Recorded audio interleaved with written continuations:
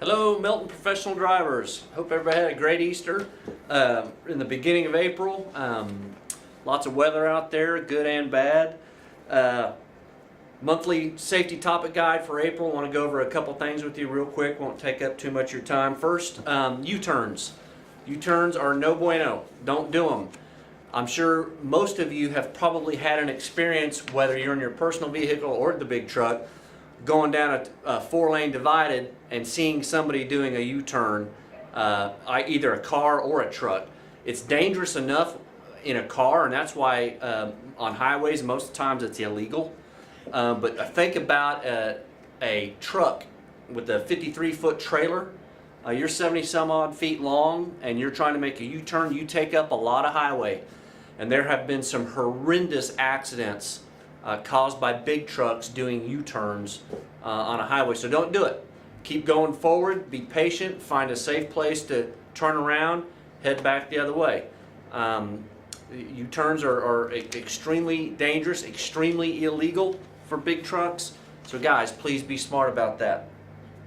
Second thing we're going to talk about are drugs and alcohol. We all know it's illegal to drink and drive. We all know it's illegal to be intoxicated and drive, under the influence and drive.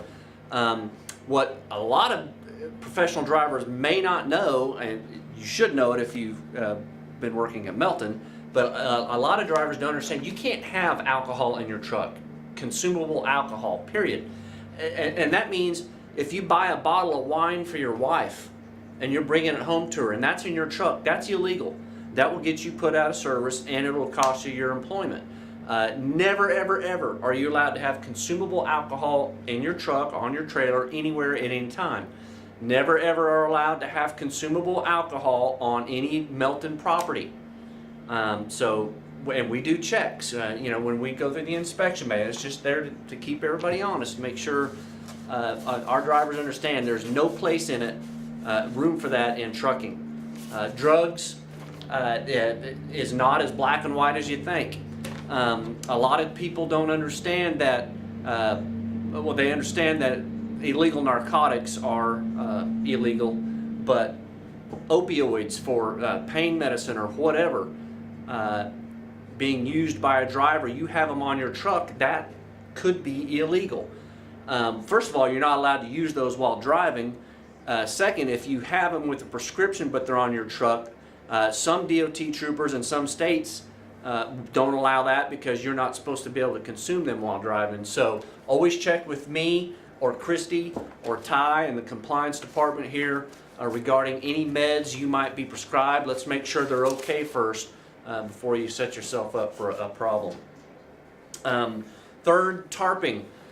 Tarping, make sure that your tarps are patched, make sure they're in good working condition, make sure that you use padding when necessary so your tarps don't get shredded going down the road. Make sure if you're using two tarps, tarp the back first, the front next. That way the front overlaps the back and you don't get that wind flow.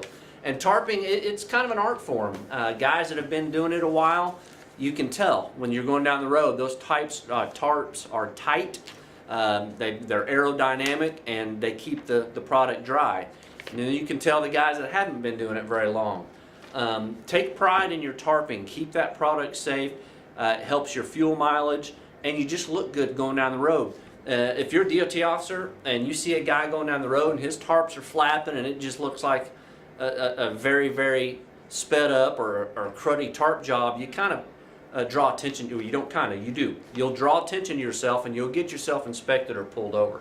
And the guys that are really tight going down the road, you're not going to get bothered. So if you need additional help with tarping or hints, look for the guy with the ambassador sticker on the side of his truck, different colored truck, or the Blue Knight guys.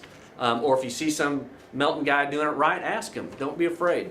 Next we're going to talk about trip planning. A lot of you old timers, and I say old timers, I'm probably old as me, know how to read a map. And those of you that have been doing this for a long time know that to successfully go from point A to point B in a certain amount of time under the hours of service rules, you got a trip plan.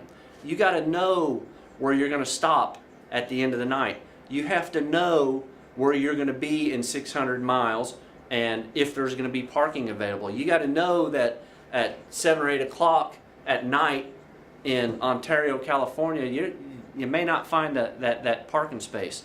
You got to know what truck stops, the capacity of each of the truck stops. And you can find this in the truck stop books. You can see what kind of, the size of the truck stops, how many trucks that'll hold, et cetera, et cetera. So you don't get run up on your 11 and you go to a truck stop that has 35 spaces and you were planning on staying there and it's after 5 or 6 o'clock. So trip plan, know before you start the truck and move, know exactly what you're going to do that day. Use your navigation. Try not to use your phone GPS, because the Navigo is built for trucking. The phone GPS is built for all kinds of vehicles. So if you follow your GPS on your phone, it might send you down an off truck route or over a bridge that's too heavy. So make sure you use your Navigo. But again, that's just a tool. That's just a tool. Get a map. If you don't have a map, get one. Ask for help if you need help reading it. Use that map along with your Navigo. Again, make sure that you're not doing U-turns. You watch what you have on your truck. No alcohol. Fix your tarp wisely. And what we just talked about, your trip planning. Safety department's here all the time. If you need to reach any of us, have questions, please give us a call. Everybody be safe. Thank you.